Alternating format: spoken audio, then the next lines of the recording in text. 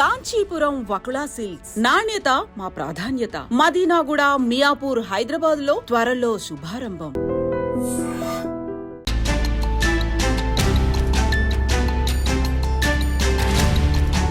Visakha one టౌన్లో ఉన్న DDR paramedical nursing కాలేజ్లో ఇక్కడ ర్యాగింగ్ వివాదం తీవ్ర కలకలం రేపింది.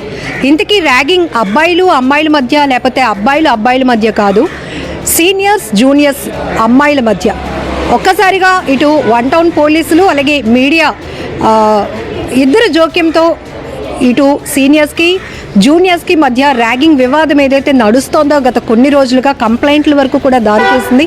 ఈ నేపథ్యంలోనే మీడియా అండర్లోనే వారందరికీ కూడా ఒక కౌన్సిలింగ్ ఇవ్వటం జరిగింది. ఎందుకంటే ఇక్కడ థర్డ్ ఇయర్ మరొక 3 months అయితే వాళ్ళు వెళ్ళిపోతారు. అలాంటి ఒక 4 సీనియర్స్కి 18 members స్ట్రెంగ్త్ ఉన్నటువంటి జూనియర్స్ ఫ్రెషర్స్కి మధ్య కొన్నాళ్ళ పాటు ర్యాగింగ్ కొనసాగుతోంది. ఇటు సీనియర్స్ ఎవరైతే ర్యాగింగ్ చేస్తున్నారు అంటూ జూనియర్స్ హాస్టల్ వార్డెన్కి రిటర్న్గా ఇచ్చిన కంప్లైంట్ని బేస్ చేసుకొని వాళ్ళ ఎవరైతే ఈ ర్యాగింగ్కి పాల్పడుతున్నారు అని ఆరోపణలు ఎదుర్కొంటున్నటువంటి 4 అమ్మాయిల్ని కూడా ఇక్కడ డే స్కాలర్గానే ఉండాలి, ఇక్కడ మీరు హాస్టల్ ఫెసిలిటీ అనేది లేదు, బయట ఎక్కడైనా ఉండి ఇక్కడ చదువుకుంటాము అంటే దానికి ఓకే అని చెప్పి ఉన్న పలంగా వాళ్ళని బ్యాగులు ఇచ్చి బయట అంటే ఈ ఏదైతే కాలేజ్ ఉందో కాలేజ్ ప్రెమిసెస్లో వాళ్ళని నైట్ వేర్తోనే కూర్చోబెట్టడం అనేది ఇప్పుడు తీవ్ర ఇబ్బందికర పరిస్థితులు నెలకొన్నాయి. దీంతో ఒక పేరెంట్ కూడా వచ్చి ఇదేనా కాలేజ్ వ్యవహారం అంటూ ప్రశ్నించడం జరిగింది. ఈలోపే మీడియా వార్డెన్ని కూడా వివరణ కోరిన క్రమంలో జూనియర్లు కంప్లైంట్ ఇవ్వడంతోనే ఈ 4 అమ్మాయిల పైన ఈ రకమైన చర్యలు తప్పనిసరి పరిస్థితుల్లో తీసుకోవాల్సి వచ్చిందంటూ వార్డెన్ ఇచ్చారు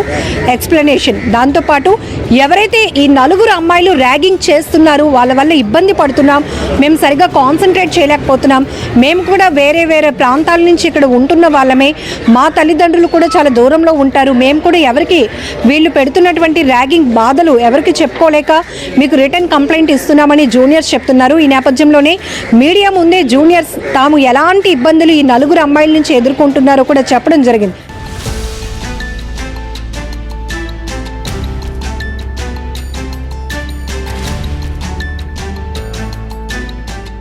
కమ్యూనిటీ డ్యూటీస్ వేశారు. అయితే మేము మార్నింగ్ 9 నుంచి 9కి వెళ్ళి 4కి వచ్చేస్తున్నాం మేడం. వచ్చేస్తే అలసటగా ఉందని చెప్పి పడుకుని పోతున్నాం మేడం. పడుకుని పోతే మా జూనియర్స్ శబ్దాలు చేయడం, midnight 1 o'clock 2 o'clock వరకు శబ్దాలు చేయడం, అలా ఏంట్రా మేడం కంప్లైంట్ చేస్తాము అంటే వాళ్ళే రిటర్న్ తిరిగి మా మీద బ్యాడ్ కంప్లైంట్స్ చేసి మమ్మల్ని టార్చర్ చేస్తున్నాము. ఇదేంటి అసలు నర్సింగ్ కాలేజా? Nursing college. ఏం పేరు? Prashanti Pattala Prashanti, GNM third year. Okay, GNM అంటే జనరల్ నర్సింగ్ మిడ్వైఫరీ. ఓకే, ఇప్పుడు మీ 4 మాత్రమే ఎందుకు మీడియా ముందు రావాలనుకున్నారు? అసలు ఏం జరుగుతూ ఉంది, అంటే మీకు వచ్చిన ప్రాబ్లం ఏంటి? మేడం మమ్మల్ని ఇబ్బంది పెడుతున్నారు మేడం. ఏ మేడం? మా వార్డెన్ మేడం. ఓకే, ఏ రకంగా ఇబ్బంది అంటే మాకు బ్యాడ్ వర్డ్స్ యూజ్ చేసి మాట్లాడడం అలాంటివన్నీ చేస్తున్నారు మేడం. ఓకే, మిమ్మల్ని తిడుతున్నారు? ఇంకా ఏమైనా ఇబ్బంది పడుతున్నారా? తిడుతున్నాను. ఎందుకంటే ఎంతమంది స్ట్రెంత్ ఉంటారు, మీరు ఎందుకు మీ 4 టార్గెట్ చేయాలి? హాస్టలర్స్ తెలుగు వాళ్ళు ఎక్కువ ఉండరండి. హాస్టలర్స్ తెలుగు వాళ్ళు చాలా మంది తక్కువగా ఉంటారండి. దానివల్ల జూనియర్స్ అందరూ ఉన్నారు, థర్డ్ ఇయర్స్ తెలుగు వాళ్ళు మేము 9 ఉన్నామండి. అలా అయితే మేము మార్నింగ్ లేసి కంప్లైంట్ చేద్దాం అనే లోపు మాకు డ్యూటీకి లేట్ అయిపోయిందని మేము వెళ్ళిపోయామండి. రిటర్న్ వచ్చే లోపు వాళ్ళు మేము కమ్యూనిటీ డ్యూటీస్ చేస్తున్నామండి ప్రసాద్ గార్డెన్స్ దగ్గర. మేము రిటర్న్ వచ్చేసరికి వాళ్ళకి నచ్చినట్టుగా వాళ్ళు కంప్లైంట్ చేసుకున్నారండి. నైట్ కూడా మేము ఆ హాస్టల్కి వెళ్ళలేదండి, ఇక్కడ గ్రావిస్మెన్స్ హాస్టల్ దగ్గర ఉన్నాము. అది మేడమే మమ్మల్ని తీసుకెళ్ళి అక్కడ పెట్టారు. అలాంటిది వాళ్ళు ప్లేట్లు అవి ఎక్కడో పోయాయి అని చెప్పి మేము విసిరేసాం అన్నట్టుగా మేడంకి ఈరోజు కంప్లైంట్ చేశారు. లోపల ఉన్నారండి. మేమైతే ఏమీ చేయలేదండి. మేము చేశానని మమ్మల్ని బ్యాడ్గా తిట్టి మమ్మల్ని అన్ని రకాలుగా అన్నారు కాబట్టి మేము ఇంటి వరకు ఇన్ఫామ్ చేశామండి. ఈరోజు ఇప్పటి వరకు మమ్మల్ని ఎన్ని తిట్టినా సరే మేము ఇప్పటి వరకు ఇంటి వరకు ఏ విషయం వెళ్ళలేదండి. ఈరోజు మా లగేజ్ అది బయట మమ్మల్ని వెళ్ళిపోమని చెప్పారు, డిస్కంటిన్యూ చేసామని చెప్పారు కాబట్టి ఇంటి వరకు మేము ఎలాగ చేయవలసి వచ్చింది. ఇప్పుడే బ్రష్ కూడా చేసామండి. మేము ఏంటంటే లగేజ్లు అవి అక్కడ ఉండిపోయాయండి, మమ్మల్ని ఇక్కడ పడుకోబెట్టారు. మేడం వచ్చే వరకు కూడా మమ్మల్ని పైకి వెళ్ళొద్దని చెప్పారు. చెప్పారు. అంటే వాళ్ళు ఏమైనా పోతే మళ్ళీ మేము తీస్తాం అన్నట్టుగా. వాళ్ళంటే మేము చంపేస్తామంటండి, మేము చంపేస్తామేమని భయపడిపోయి మమ్మల్ని ఇక్కడ పెట్టారనమాట. మీరు ఎక్కడి నుంచి వచ్చారు తల్లి? ఇక్కడ మేము కేడీపేట అండి, థర్డ్ ఇయర్ అండి, 3 years అవుతుంది. మేడం స్టూడెంట్స్ అయినా మీ నలుగురు పైన జూనియర్స్ కంప్లైంట్ మేడం, అంటే మేము ఎక్కువ టార్చర్ పెట్టేస్తున్నాం అంటండి వాళ్ళు. అంటే మేము అంటే వాళ్ళంట ఆయిల్ రాయమని వాళ్ళు అన్నీ యూజ్ చేసేస్తున్నట్టు ఏదో చెప్పారండి. మరి మేము లేనప్పుడు చెప్పారు, మేము కూడా ఒకటే అన్నామండి. మేము వచ్చిన తర్వాత మమ్మల్ని పక్కన పెట్టి మమ్మల్ని మాదేం తప్ప వాళ్ళదేం తప్ప అడిగించమని చెప్పామండి. అలాగే అడిగించారంట. ఇప్పుడు థర్డ్ ఇయర్ లో ఎంతమంది ఉన్నారు స్ట్రెంత్? మేము తెలుగు వాళ్ళు అయితే మేమేనండి, హిందీ వాళ్ళు అండి అందరూ. ఎంతమంది మొత్తం టోటల్? 26 లో మీ 4 members మాత్రం స్టూడెంట్స్. అవునండి. ఓకే. పేరెంట్ అండి? అవునండి, అనుషాల మేనమామ గారండి. Okay madam. యాక్చువల్లీ అనుష ఈ నలుగురిలోని పాప అనుష వాళ్ళ మేనమామ గారినండి నేను. అయితే నాకు నిన్న ఫోన్ చేశారు. నేను ఫోన్ చేసి మామయ్య ఇలాగ మమ్మల్ని మా మీద ఇలాగ ఎలిగేషన్ తీసుకొచ్చారు, అసలు మా తప్పు లేదు, మమ్మల్ని తీసుకొచ్చి బయటనే పెట్టేశారు, వేరే రూమ్ తీసుకెళ్ళి వేరే రూమ్లో పెట్టారు, మా రూమ్ కూడా వెళ్ళనివ్వట్లేదు అంటే అయితే సరేనమ్మా ఈ రోజు కాగండి, రేపు మార్నింగ్ వచ్చి మేము మాట్లాడతాము అని చెప్పేసి ఓపు పట్టామండి. ఓపు పట్టి ఎర్లీ మార్నింగ్ వచ్చి సార్ దగ్గరికి వెళ్ళి కూర్చొని మాట్లాడాం. యాక్చువల్ ఏంటంటే మేము అడిగింది ఏంటంటే మా పిల్లలు తప్పు చేశాను అంటున్నారు. ఏంటి ఆ తప్పు? 18 మంది కూడా కంప్లైంట్ ఇచ్చాను అంటున్నారు. అంటే మా పిల్లలు ఏ విధంగా టార్చర్ చేసి ఉంటారో ఆ పిల్లలు స్వయంగా వచ్చి మా ముందు చెప్తుంటే ఆ పిల్లలు ఎవరో రారు. మీరు చెప్పిందే ఇక్కడ జరగాలి అంటే అలా కాదు సార్. ఇప్పుడు సరే మా పిల్లలు నిజంగా తప్పు చేస్తారు అనుకుందామండి. అనుకున్నప్పుడు పేరెంట్స్కి రిపోర్ట్ చేయాలి. అమ్మ మీ పిల్లలు ఇలా చేస్తున్నారు కాబట్టి మీరు వస్తే మీ ఆధ్వర్యంలోనే పిల్లలు మీ పంపించడమో హాస్టల్ని పంపించడమో లేకపోతే ఏదైనా సొల్యూషన్ మాట్లాడడం జరుగుతుంది అని ముందు మాకు ఇంటిమేషన్ ఇవ్వాలి. మాకు ఎటువంటి ఇన్ఫర్మేషన్ ఇవ్వకుండా వీళ్ళకి లగేజ్లు బట్టలు ఇచ్చేసి మేము మార్నింగ్ వచ్చేసరికి ఇక్కడ కూర్చోబెట్టారండి, వెళ్ళిపోమని చెప్పారట. ఈ విషయం మీద మీ సార్ని అదే అడిగాం. సార్ ఏంటి సార్ తల్లిదండ్రులుగా మాకు ఇంటిమేషన్ ఇవ్వాలి, ఇప్పుడు పిల్లల్ని ఆ నైటీ డ్రెస్సులతో ఉన్నారు, వాళ్ళు ఇమీడియట్గా బయటికి వెళ్ళిపోమంటున్నారు, అట్లీస్ట్ మాకు తల్లిదండ్రులు మమ్మల్ని పిలిపించి మాట్లాడితే వాళ్ళు ఇక్కడ ఉంచాలా, లేకపోతే డే కాలేజ్ అంటే ఫ్యామిలీ మెంబర్స్ చుట్టుపక్కల ఇళ్ళల్లో ఉండి డే కాలేజ్కి రావడమాట. హాస్టల్లో ఉండి చదువుకోవడం అంటే వీళ్ళు హాస్టల్లోనే ఉంచి ఫుడ్ అది పెట్టి చదివిస్తారనమాట. మీరు హాస్టల్లో ఉండొద్దు, డే కాలేజ్ రండి అని చెప్పేసి పంపిస్తారు. వీళ్ళు యాక్చువల్ ఏంటంటే కృష్ణదేవిపేట, నర్సీపట్నం అవతల కృష్ణదేవిపేట హాస్టల్ ఫెసిలిటీ పొందారు. ఆ హాస్టల్ ఫెసిలిటీస్ మనం ఫీజు కట్టాం కాబట్టి వాళ్ళు ఫెసిలిటీస్ పొందారు. ఎంతండి ఫీజు స్ట్రక్చర్? ఎంతమ్మా?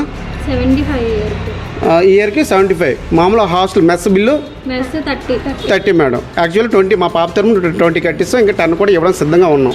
సార్ని వచ్చి ఈ ప్రాబ్లం సాల్వ్ చేయాలని ఉద్దేశంతో కూర్చొని అడిగితే ఇమీడియట్గా బయటకు తీసుకెళ్ళిపోండి, మీకు ఇంటిమేషన్ ఇవ్వాల్సిన అవసరం లేదు అంటే ఇంత ర్యాష్గా ఎలా మాట్లాడతారు సార్? ఆడపిల్లలు సార్, మగపిల్లలు అయితే పోనీ ఏదో మేము వాళ్ళు ఏ బస్సు ఎక్కి వచ్చో లేకపోతే మాకు ఏదో ఫోన్ చేసి వచ్చేస్తారు. ఆడపిల్లలు నైట్ డ్రెస్తో ఇలా ఇమీడియట్గా ఉండగానే బయట పంపించిన ఎంతవరకు కరెక్ట్ సార్ అంటే దానికి ఏది రెస్పాండ్ అవ్వలేదు. ఇదే విషయం మీద మేడం గారు ఏ హోదా నాకైతే తెలియదండి, ఆవిడైతే బూతులు తిట్టారండి. అవైతే మన దగ్గర ఉన్నాయి పచ్చి బూతులు. ఈ పిల్లలు అడగండి, ఇదే మనల్ని ఈ పిల్లలు వెనకెట్టి స్టాఫ్ అంతా అడిగినా సరే బ్యాడ్ టాక్ వస్తుందండి. మేము ఇదే అడిగాం. ఇప్పుడు కూడా మీరు అందరూ హయంలో కూడా మేము అదే అడిగాం. మా పిల్లలు తప్పు చేశారు అంటున్నారు.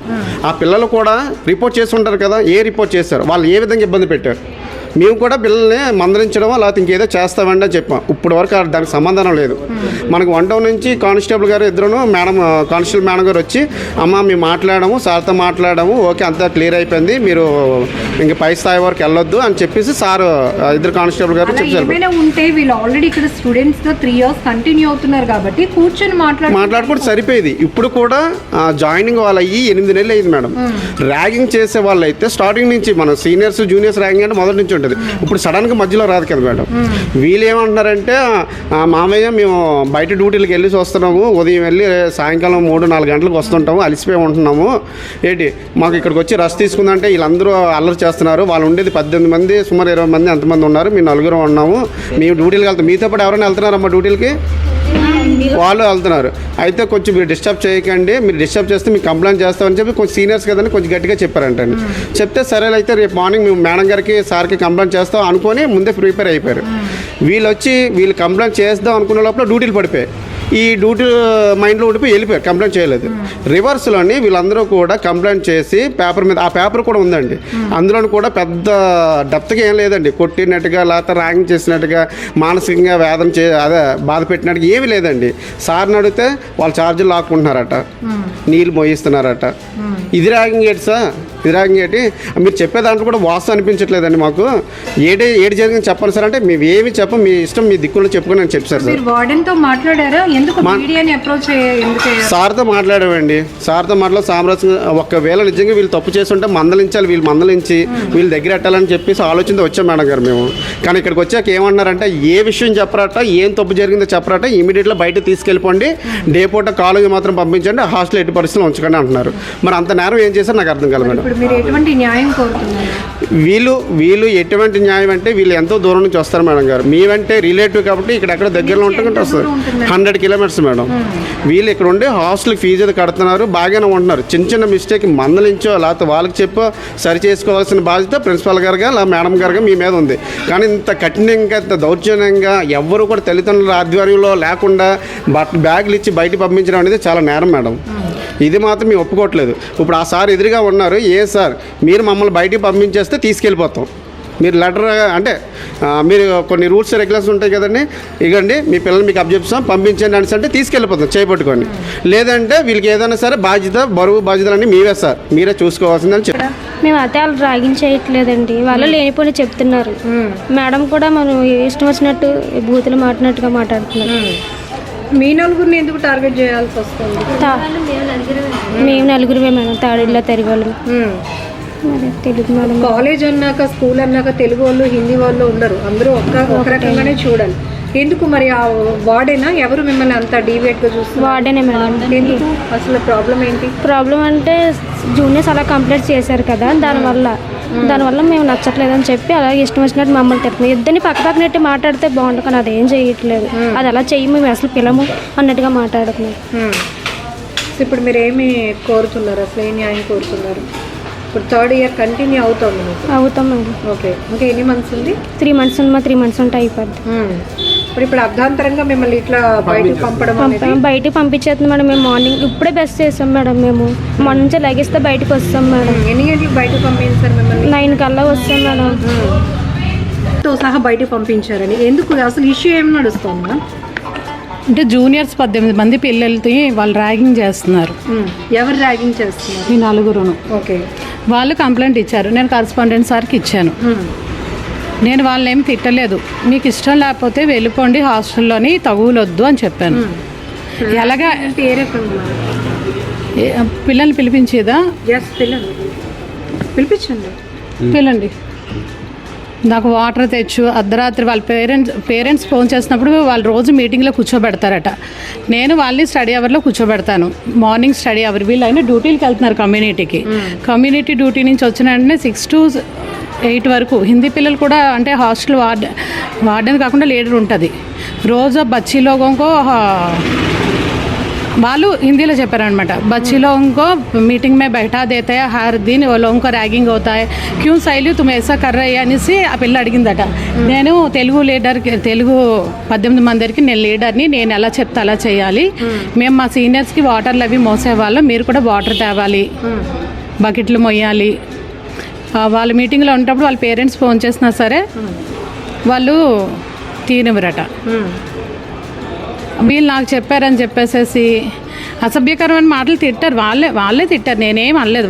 నేనేం అన్నండి ఎవరిని, ఏమన్నాను, మీకు ఇష్టం లేదు కదా వెళ్ళిపోండి, ఇంకా 2-3 నెలలే కదా. ముందేమో వీళ్ళని తిట్టారని కొన్ని రోజుల క్రితం గొడవలు ఆడుకున్నారు. మీరు సీనియర్స్ అవరా ఎప్పటికీ, వాళ్ళు ఎందుకు మీరు తిడుతున్నారు అని నేను దెబ్బలాడాను. సీనియర్స్ని ఎప్పుడు గౌరవించుకోవాలి కదా అనేసి అంటే వాళ్ళు అప్పుడు వదిలేశారట. అప్పటి నుంచి అక్క అక్క అక్క అని పిలుచుకొని మర్యాద ఇస్తున్నారట. ఇంక మీరు కంప్లైంట్ ఇచ్చిన మేడం మిమ్మల్ని తిడుతుంది, మమ్మల్ని తిట్టదా అన్నారట. అప్పుడు నేను వీళ్ళు వెనకేసుకొచ్చాను సీనియర్స్కి. టోటల్ స్ట్రెంత్ ఎంత? సీనియర్స్ జూనియర్స్ స్ట్రెంత్ ఎంత? అంటే వచ్చిన వాళ్ళు డే స్కాలర్స్ ఎక్కువ మంది ఉన్నారు. వీళ్ళు 75 మెంబర్స్ 80 ఉంటారు అంతే. ఇప్పటి వరకు ఒక టైప్ ఆఫ్ ర్యాగింగ్ తెలుసు, అబ్బాయిలు ర్యాగింగ్ చేసుకోవడం, లేకపోతే అమ్మాయిలు. బట్ ఇక్కడ ఏంటి అమ్మాయిలే ఈ విధంగా హింసించుకుంటున్నారట హాస్టల్లోని. మీరు నా నీళ్ళు తేవాలి, పని మనిషిలాగా ఉండాలి, మేము మా సీనియర్స్కి చేసాము. ఇవి థర్డ్ ఇయర్ స్టార్ట్ అయ్యి 15 days అయ్యింది. వీళ్ళు కమ్యూనిటీ డ్యూటీస్కి వెళ్తున్నారు. ఇప్పుడు వీళ్ళు ర్యాగింగ్ చేస్తున్నారని మీకు కంప్లైంట్ ఇచ్చిన స్టూడెంట్స్ని పిలిపిస్తారా? పిలిపిస్తాం తప్పకుండా.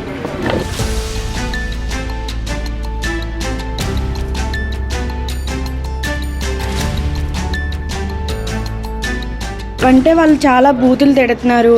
వాళ్ళకి మేము వాటర్ తీసుకొని రావాలంటే కింద నుంచి వాళ్ళు కింద బకెట్స్ వదిలేస్తే బకెట్స్ కూడా మేమే తీసుకొని వెళ్ళాలంట.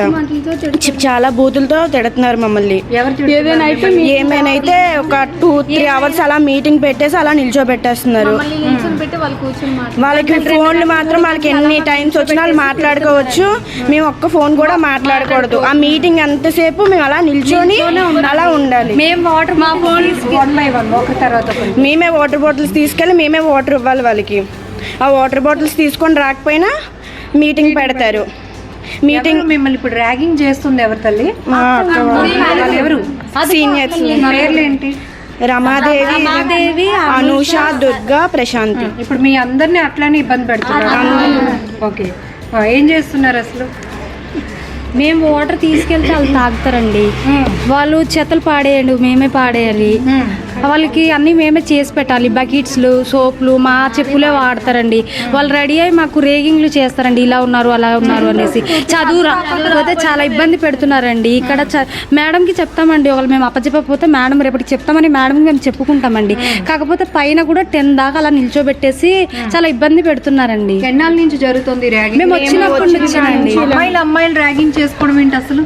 అదేనండి, మేము అక్కలకి అడుగుతామంటే మాకు మాట్లాడితే మీరు మాట్లాడొద్దు అని ఫోన్లు పక్కన పెట్టించేస్తారో మాకు నిల్చోబెట్టి మాట్లాడించేస్తారండి. వాళ్ళు మాత్రం బెడ్ల మీద కూర్చొని ఏంటండి ఏం చెప్పు నువ్వు ఏం చెప్పు? అదే మేడం, అక్కడ నిల్చొని పెట్టేస్తారు మేడం. అలాగా ఫోన్లు మాత్రం అదే ఇన్ఫర్మేషన్ కోసం ఒక వీడియో తీసుకుందామన్నా ఫోన్లు కూడా పట్టుకున్నవారు మేడం. అలాగా ఫోన్ అక్కడే ఉంచేయాలి. ఒకవేళ పేరెంట్స్ ఏదైనా ఎమర్జెన్సీగా ఫోన్ సైలెంట్ లో పెట్టేసి వచ్చేయాలి. మీటింగ్ అవుతుంది కదా, ఫోన్ ఎందుకు మీరు తీసుకొని వస్తున్నారు, ఫోన్ ఎందుకు మీరు మాట్లాడుతున్నారు అని అంటారు. అసలు వాళ్ళెవరు మీకు క్లాసులు చెప్పడానికి? మాకు తెలియదు కదా మేడం. స్టార్టింగ్ రెస్పెక్ట్ ఇస్తాం మేడం. నిన్న బోర్డుల కోసం గొడవైంది మేడం. బోర్డులు మేము కొన్నాం మేడం. ఫస్ట్ అక్క వాళ్ళు ఎత్తారు మేడం.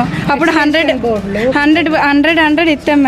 100 ఎత్తినప్పుడు అక్క వాళ్ళు కొన్ని బోర్డు, మేము కలిసిన బోర్డులు మొత్తం 2 పోనాయి మేడం.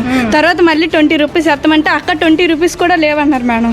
అడగండి మేడం, వాళ్ళకి కూడా 20 రూపీస్ ఇవ్వలేరా అంటే మేము ఇంకొక నెల ఉంటాం కదా, మేము ఎందుకు 20 రూపీస్ ఇవ్వాలని అడిగారు మేడం. వాళ్ళని అడగండి మేడం. ఇప్పుడు వీళ్ళు కొనే వాళ్ళు 80. ఇప్పుడు మీ 18 మెంబర్స్ ని ఎంతమంది సీనియర్స్ మిమ్మల్ని ర్యాగింగ్ చేస్తున్నారు? 4 మెంబర్స్. ఇంతకు ముందు కంప్లైంట్ ఇచ్చున్నారు ఆల్రెడీ మీ మేడమ్స్ కి. ఒకసారి ఒక గొడవ అయితే మేడం అన్నారు మీకు వాళ్ళకి సంబంధం లేదు, మీరు వాళ్ళతో మాట్లాడకండి, వాళ్ళు మీతో మాట్లాడరు అని చెప్పారు మేడం. మేము కూడా వాళ్ళతోటి మాట్లాడడం గట్రా అన్ని ఆపిస్తాం. ఇప్పుడు బాగానే ఉంటుంటారు కదా మేడం. డ్రైనేజ్ లో ప్లేట్లు ఇసిరేస్తారు, చాలా ఇబ్బంది పెడుతున్నారండి. సోప్లు గట్రా ఇవన్నీ ఇసిరేసి చాలా ఇబ్బంది పెడుతున్నారు. ఇచ్చిన రిటర్న్ కంప్లైంట్ మీద వీళ్ళు యాక్షన్ తీసుకొని వాళ్ళ నలుగురిని బయటకు పంపించేస్తున్నారు. ఇది మీకు ఎట్లా అనిపిస్తోంది? బయటికి పంపించట్లేదండి, డాష్ కలర్ అవుతున్నారండి. ఒకే దగ్గర ఉంటే కొట్టుకొని చచ్చిపోతారనేసి డాష్ కలర్ అవ్వమంటున్నారండి. అంతే, వాళ్ళు బయటికి పంపించారు అనుకోవట్లేదు మేడం. అంతే. ఇప్పుడు మీరు చదువుకోవడానికి వచ్చారు, వాళ్ళు చదువుకోవడానికి వచ్చారు. బట్ ఎవరు ఇక్కడ మనం డామినేట్ చేయడానికి కాదు, ఒక్కొక్కరిది ఒక్కొక్క సిచ్యువేషన్. మేము అలాగే ఉన్నామండి, మరి వాళ్ళు అలా ఉండట్లేదు. స్టార్టింగ్ నుంచి తిట్టినా మేము ఒక్క మాట కూడా అనలేదు కదా మేడం. వాళ్ళు నైట్ పడుకున్నప్పుడు షార్ట్లు వేసుకోవచ్చు అంట, మేము మాత్రం షార్ట్లు వేసుకోకూడదు అంట. వాళ్ళకి అదే రూల్, మాకు అదే రూల్ కదా. వాళ్ళు ఎలాగ హాస్టల్కి చదువుకోవడానికి వచ్చారో మేము కూడా అలానే కదా చదువుకోవడానికి వచ్చాం. ఇప్పుడు మీ 18 మెంబర్స్ అందరూ కూడా ఈ నలుగురు వల్ల కొంత బాధపడుతున్నారు. చాలా బాధపడుతున్నామండి. మేము చదువుకోవడానికి వచ్చినట్టు లేదండి, వాళ్ళు చెప్తే మేము వినడానికి వచ్చినట్టు. ఫైన్.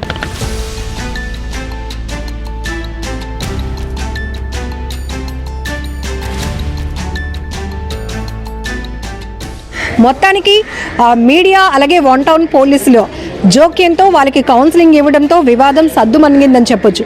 ఇక్కడ మెయిన్గా మాట్లాడుకోవాల్సింది చాలా కాలేజీలో చాలా హాస్టల్స్లో సీసీ కెమెరాలు అనేవి ఆ పర్యవేక్షణ ఓన్లీ షోగానే మిగులుతోంది. ఎక్కడైతే పిల్లల మధ్య కొన్ని సందర్భాల్లో మనస్పర్ధలు అనేది కామన్గా వస్తాయి. ఈవెన్ ఇలా తారాస్థాయికి ఆ సమస్య చేరుకున్నప్పుడు వాళ్ళ వాగ్వివాదాలు కావచ్చు, తగాదాలు తారాస్థాయికి చేరుకున్నప్పుడు మనకి ఎవిడెన్స్ ఏముంటుంది, ఎటువైపు జడ్జ్ చేస్తాయి కాలేజ్ యాజమాన్యాలైనా హాస్టల్ మేనేజ్మెంట్స్ అయినా. సో ఇక్కడ కూడా ఒక ప్రాబ్లం నడిచింది. వీళ్ళు గంటల తరబడి క్లాసులు తీసుకుంటున్నామని చెప్పి ఈవెన్ జూనియర్లు గంటల తరబడి నించోబెట్టడమే కాకుండా ఆ టైంలో వాళ్ళ ఇంటి నుంచి పేరెంట్స్ కాల్ చేసినా ఫోన్స్ అటెంప్ట్ చేయడానికి లేదు అని చెప్తాం. అలాగే వాళ్ళ సోపులు వీళ్ళు వాడుతూ ఉండటం, లేకపోతే వాటర్ బకెట్స్తో వాటర్ మోయించుకోవటం, ఇలా చాలా రకాలుగా చేస్తున్నారు అంటూ జూనియర్లు చాలా విషయాలు చెప్పుకొచ్చారు. ఇక సీనియర్ ఎవరైతే ఇప్పుడు మేనేజ్మెంట్ తమ పట్ల వ్యవహరించిన తీరు సరిగా లేదు, మేము ఇబ్బంది పడుతున్నాం, అవమానానికి గురయ్యామని చెప్తున్నటువంటి ఈ సీనియర్ నలుగురు కూడా వాళ్ళ వెర్షన్ చెప్తున్నారు. మేము అలాంటిది ఏమీ చేయట్లేదు, మేము ఇక్కడ కమ్యూనిటీ వర్క్కి వెళ్తాం, వచ్చిన తర్వాత ఇక్కడే హాస్టల్లో ఉంటాం, మా పని మేము చేసుకుంటూ ఉంటాం, నిద్ర లేక మేము పడుకుంటున్న టైంలో ఈ జూనియర్స్ వచ్చి మమ్మల్ని డిస్టర్బ్ చేస్తున్నారని వీళ్ళ వెర్షన్ వీళ్ళు చెప్తున్నారు. ఇక్కడ ఒక విషయం మనం ఖచ్చితంగా గమనించుకోవాలి. ఇప్పటికీ చిన్న పిల్లల మధ్య కూడా కొట్లాడుకునే స్థాయిలో వాళ్ళ మధ్య మనస్పర్ధలు పెరుగుతున్నాయి. ఈ నేపథ్యంలోనే స్కూల్ మేనేజ్మెంట్లు, కాలేజ్ మేనేజ్మెంట్లు కానీ హాస్టల్స్ రన్ చేస్తున్న చోట్ల ప్రతి ఒక్కరూ కంపల్సరీగా మెయింటైన్ చేయాల్సింది సీసీ కెమెరాస్. ఏం జరుగుతుందో ఐ విట్నెస్ మనకు ఉండాలంటే సీసీ ఫుటేజే మనకు ఆధారం. కాబట్టి ఇప్పుడు ఈ జూనియర్లు సీనియర్ల మధ్య జరిగిన ర్యాగింగ్ వివాదంలో కూడా ఎటువైపు చెప్పడానికి కూడా ఎవరి దగ్గర ఎలాంటి ఎవిడెన్స్ లేవు. ఇటు పిల్లలే, జూనియర్లు సీనియర్లే వాళ్ళ తరపున ఏం జరిగిందో మీడియా ముందుకు వచ్చి చెప్పడం జరుగుతుంది. ఏదేమైనా ఇలాంటి సిచ్యువేషన్స్ చాలా బాధాకరం. ర్యాగింగ్ భూతం వల్ల ఎంతోమంది ప్రాణాలు కోల్పోయిన పరిస్థితి. కొంతమంది అయితే స్కూల్కి కాలేజీలకి వెళ్ళాలంటే కూడా భయపడి ఇంటికే పరిమితమైనటువంటి పరిస్థితులు ఉన్నాయి. చాలా ప్యానిక్ అయిపోయి వాళ్ళు చదువు మీద కాన్సన్ట్రేట్ కూడా చేయలేనటువంటి సిచ్యువేషన్స్ ర్యాగింగ్ భూతం వల్ల మనం చూస్తాం. అదొక మహమ్మారి.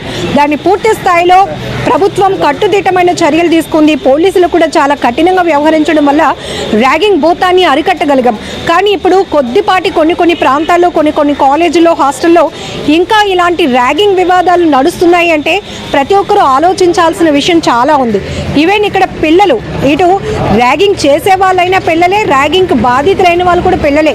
ఒకవేళ వాళ్ళ విషయంలో ఎలాంటి జడ్జ్మెంట్ తీసుకున్నా, ఎలాంటి డెసిషన్ తీసుకున్నా వాళ్ళు సున్నితమైన మనసుతో ఎలాంటి నిర్ణయాలు తీసుకుంటారో అది చాలా ఊహించడానికి ప్రమాదకరం. కాబట్టి చాలా జాగ్రత్తగా ఉండాల్సిన అవసరం ఉంది. సో వైజాగ్ 1 టౌన్లో ఉన్న DDR ఫార్మా కాలేజ్లో జరిగినటువంటి వివాదం, ర్యాగింగ్ వివాదం అయితే మొత్తానికి సద్దుమణిగిందని చెప్పొచ్చు.